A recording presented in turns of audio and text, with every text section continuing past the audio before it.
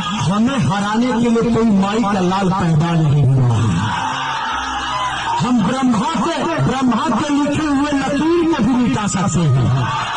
मुझे हराने वाला कोई पैदा नहीं हुआ, मैं ब्रह्मा के लिखे को भी मिटा सकता हूं। घमंडी खेसारी लाल यादव का अनुपम जी बिहार में क्या हाल हो गया, लगातार 2 वीडियो में हम बता चुके हैं, लेकिन अब इनका जो वीडियो है वायरल हो रहा है, राम मंदिर वाला वीडियो वायरल हो रहा है, और जो ब्रह्मा के लिखे को ये मिटा सकते थे। देखिए, अभी इनका सारा अहंकार तो निकल गया। अहंकार तो रावण का नहीं रहा, खेसारी लाल यादव का कैसे रह सकता है। अहंकार निकल गया। संदीप, आज आपको एक बड़ी जानकारी मैं देने जा रहा हूँ, और ये पूरी जिम्मेदारी के साथ आपको जानकारी देने जा रहा हूँ।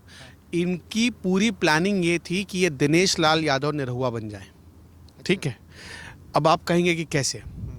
आप ये लिख कर ले लीजिए कि अगले 1 साल के भीतर खेसारी लाल यादव आरजेडी छोड़ने जा रहे हैं और बीजेपी में शामिल होंगे। अगले 1 साल के भीतर खेसारी लाल यादव का जो पॉलिटिक्स में उतरने का जो प्लान था वो बड़ा धांसू था, उसमें कोई किसी को शक नहीं होना चाहिए। इन्होंने चुनाव जीतने के लिए जो साम दाम दंड भेद इनके गुरु ने सिखाया था, तेजस्वी यादव ने, गुरु तो पिटा ही, चेला भी पिट गया। अब जो मेन चीज़ है वो ये कि उसी तर्ज पर जैसे एक समय दिनेश लाल यादव निरहुआ समाजवादी पार्टी में आए, समाजवादी पार्टी के लिए प्रचार किया, और ये पूरा रिकॉर्ड रहा है। सिर्फ दिनेश लाल यादव निरहुआ के बारे में नहीं, मतलब निरहुआ ही नहीं, मनोज तिवारी समाजवादी पार्टी में आए, पहले बीजेपी को गाली दिया, फिर बीजेपी में हो गए और आज बीजेपी से सांसद हैं। दिनेश लाल यादव का वही हाल, रवि किशन का वही हाल। ये सब डायरेक्ट भाजपा में नहीं आए, ये किसी ना किसी पार्टी में रहे, और उस पार्टी में रहते हुए ये सारे भोजपुरी के स्टार फिर बीजेपी में इनकी लैंडिंग हुई, और तब ये प्रचंड जीत। तो कुल मिलाकर मैं जो कहना चाहता हूँ, दरअसल खेसारी लाल यादव ने इस पैटर्न को बहुत क्लोजली मॉनिटर किया था, और अब उसको मॉनिटर करते हुए खेसारी लाल यादव की फुल तैयारी है। आपने वो तस्वीर नहीं देखी। सोचिए, 11 तारीख को वोटिंग हुई, 11 तारीख को ही शाम में भाई साहब ने फ्लाइट पकड़ ली मुंबई के। क्या ऐसा पॉसिबल है? चुनाव लड़ने वाला ऐसा कौन सा व्यक्ति होगा जो अपने इलाके को छोड़कर जिस दिन वोटिंग हो रही है उसी दिन शाम में निकल जाएगा? कोई व्यक्ति होगा? कम से कम वो इंतज़ार करेगा। इंतज़ार करने के बाद वो ये देखेगा कि भाई जीत गए तो सर्टिफिकेट तो लेना पड़ेगा ना, जाकर निर्वाचन अधिकारी से, उसके लिए तो वेट करेगा। तो खेसारी लाल ने उसका भी इंतज़ार नहीं किया, वो उड़ान भर बैठे। इसका मतलब उनको 11 को ही पता चल गया कि वो जीतने वाले नहीं हैं। दूसरी चीज़, बाद में वो उनको देखा गया 14 तारीख को, लेकिन सवाल यही था कि आपको 11 को रुकना चाहिए था। 14 को आप जाते तो अच्छा होता। 11 को जब ये एयरपोर्ट पर मिले मनोज तिवारी से, पाँव छू रहे थे, रवि किशन से मिले, पाँव छू रहे थे, गले मिल रहे थे, और वही दिनेश लाल यादव निरहुआ से मिले तो गले मिल रहे थे, दिनेश लाल यादव के बेटे को गले लगा रहे थे। लेकिन उसके पहले क्या तुम तड़ाक कर रहे थे? देखा आपने कितना बोल रहे थे? उसके पहले भगवान राम को लेकर क्या उन्होंने बोला? मैं खेसारी लाल यादव का वो वीडियो देख रहा था, गए किसी सभा में, किसी और के लिए प्रचार करने गए थे। वो कहते हैं हम सब मिलकर बोलेंगे जय श्री राम। ठीक है, भीड़ बोलती है जय श्री राम, खेसारी लाल यादव भी साथ में नारा लगाते हैं जय श्री राम। बोलते हैं लगा दिया नारा, अब दे दो, रोजगार दे दोगे? अब नारा लगा दिया, रोजगार दे दोगे? अरे तुमको कंपैरिजन करने के लिए किसने बोला है? और रोजगार चाहिए तो जाओ अयोध्या, देखो कैसे राम मंदिर से रोजगार मिल सकता है, भगवान राम से रोजगार मिल सकता है, वो अयोध्या में जाकर देखो। तो खेसारी लाल यादव की जो पूरी प्लानिंग थी वो पहले से सेट थी। अच्छा, दूसरी बात, वो अपनी पत्नी चंदा देवी को लड़वाना चाहते थे। चंदा देवी का अब एक बात बताइए, मैं पूछना चाहता हूँ, आपके फैमिली में आपकी पत्नी, उसका वोटर आईडी कार्ड कहाँ का है ये आपको पता ही नहीं होगा? ऐसा पॉसिबल हो सकता है? ये भाई साहब चुनाव लड़ने उतर गए, और आखिरी टाइम पर सोचिए, पत्नी पूरी तैयारी करके जा रही थी, आखिरी टाइम पर गच्चा दे दिया, बोला खुद ही नॉमिनेशन आगे बढ़ा दिया, और बाद में ये माहौल बनाया गया कि नहीं, खेसारी लाल यादव ने तो वो नहीं चाहते थे चुनाव लड़ना, वो पत्नी को लड़वाना चाहते, लेकिन चूंकि पत्नी का वोटर आईडी कार्ड दूसरी जगह का था, इसलिए बात बिगड़ गया। खेसारी को लग रहा था विधायक बनूंगा तो मैं बनूंगा, और बनने के बाद फिर मंत्री उनको लग रहा था कि भाई जो हमारा मतलब ये है ना, जो हमारी चाहत है ये पॉलिटिकल लैंडिंग की, पॉलिटिक्स में एंट्री की, वो चाहत पहली बार में ही पूरी हो जाए। लेकिन पब्लिक ने कहा कि खेसारी तुम्हारे गानों का जो व्यूज़ है ना, उसको वोट मत समझ लेना। ठीक, 6 मिलियन या 60 मिलियन व्यूज़ आ जाने का मतलब ये नहीं होता है कि 60,000 वोट आपको आ जाएंगे। बात समझ रहे हैं? 60 मिलियन व्यूज़ का मतलब क्या हुआ? 6 करोड़ व्यूज़।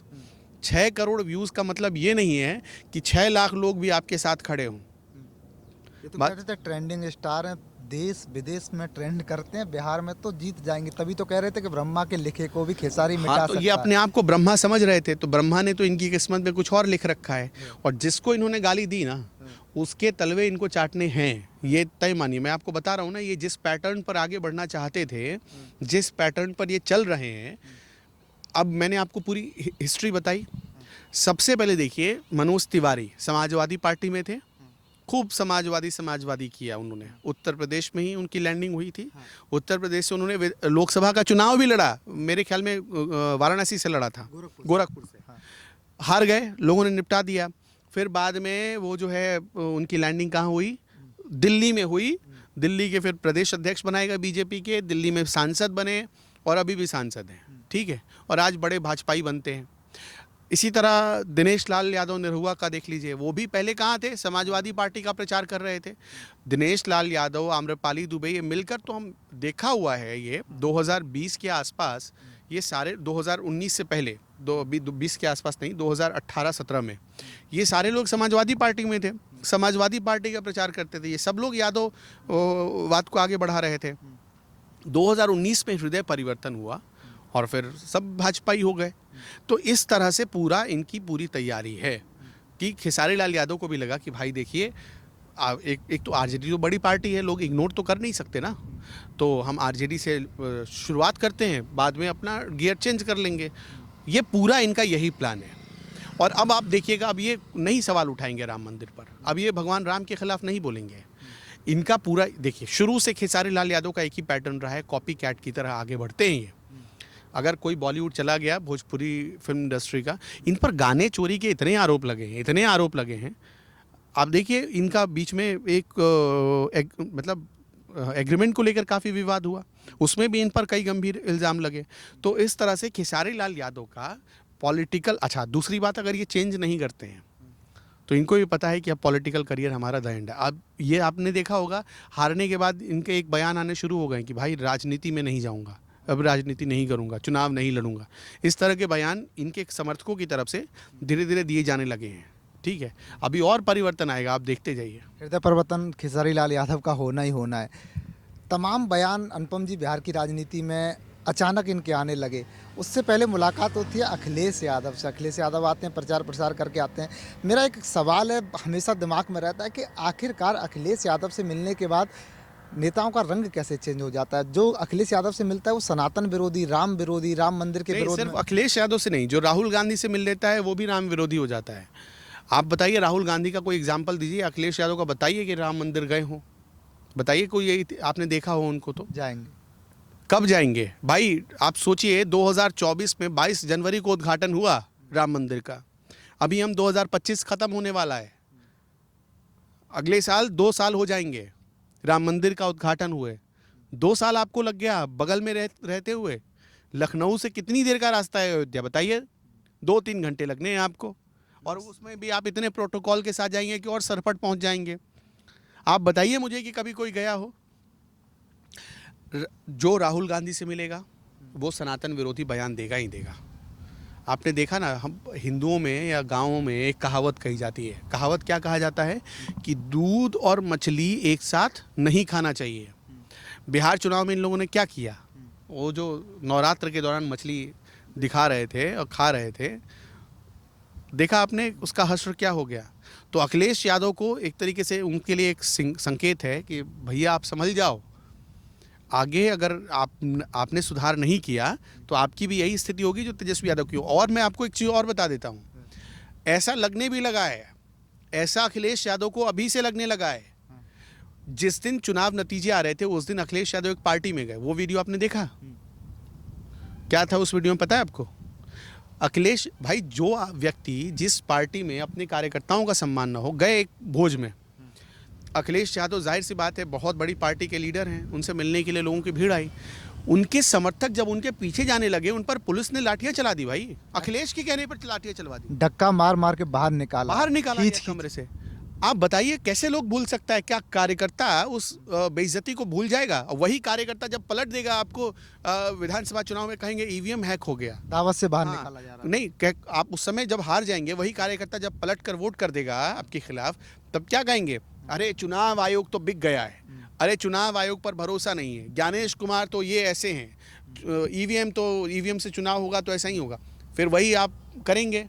तो अब मैं कहना यही चाहता हूँ कि जिस भी पार्टी ने कार्यकर्ताओं का सम्मान किया, आज देखिए वो पार्टी सिरमौर बनी हुई है, और जिस पार्टी ने कार्यकर्ता का सम्मान नहीं किया, वो पार्टी हाशिए पर पहुंच गई है। हालत खराब। हाँ, देखिए कैसे हृदय परिवर्तन खेसारी लाल यादव का बड़े नेताओं से मिलने के बाद हो गया कि राम विरोधी, सनातन विरोधी लगातार मैं और अनुपम जी आपको बता रहे हैं। लेकिन जो ब्रह्मा का नहीं मिटा लेकिन जो बयान खेसारी लाल यादव ने दिया था कि मुझे कोई हराने वाला माई का लाल पैदा नहीं हुआ, ब्रह्मा का लिखा मैं मिटा सकता हूं, उसी बयान को लेकर बिहारियों ने खेसारी लाल यादव को जो सबक सिखाया है वो कहीं ना कहीं आज याद रखा जाएगा। खेसारी लाल यादव को कह दिया, खेसारी लाल यादव कह रहे थे ना कि ब्रह्मा का लिखा हुआ कोई, ब्रह्मा भी मेरी जीत नहीं मिटा सकते हैं। तो बिहारियों ने कह दिया कि भाई ब्रह्मा जी तो बहुत आगे की चीज़ हैं, पहले लो हम ही तुमको छुट्टी पर भेज देते हैं। ठीक। तो दोस्तों ये खबर थी, मैंने अनुपम जी ने आपको बताई। कमेंट बॉक्स आपका इंतजार कर रहा है, कमेंट में फटाफट अपनी राय रख दीजिए और चैनल को सब्सक्राइब कर दीजिए, दोनों को आगे बढ़ाइए, आपके लिए बड़ी जिम्मेदारी है।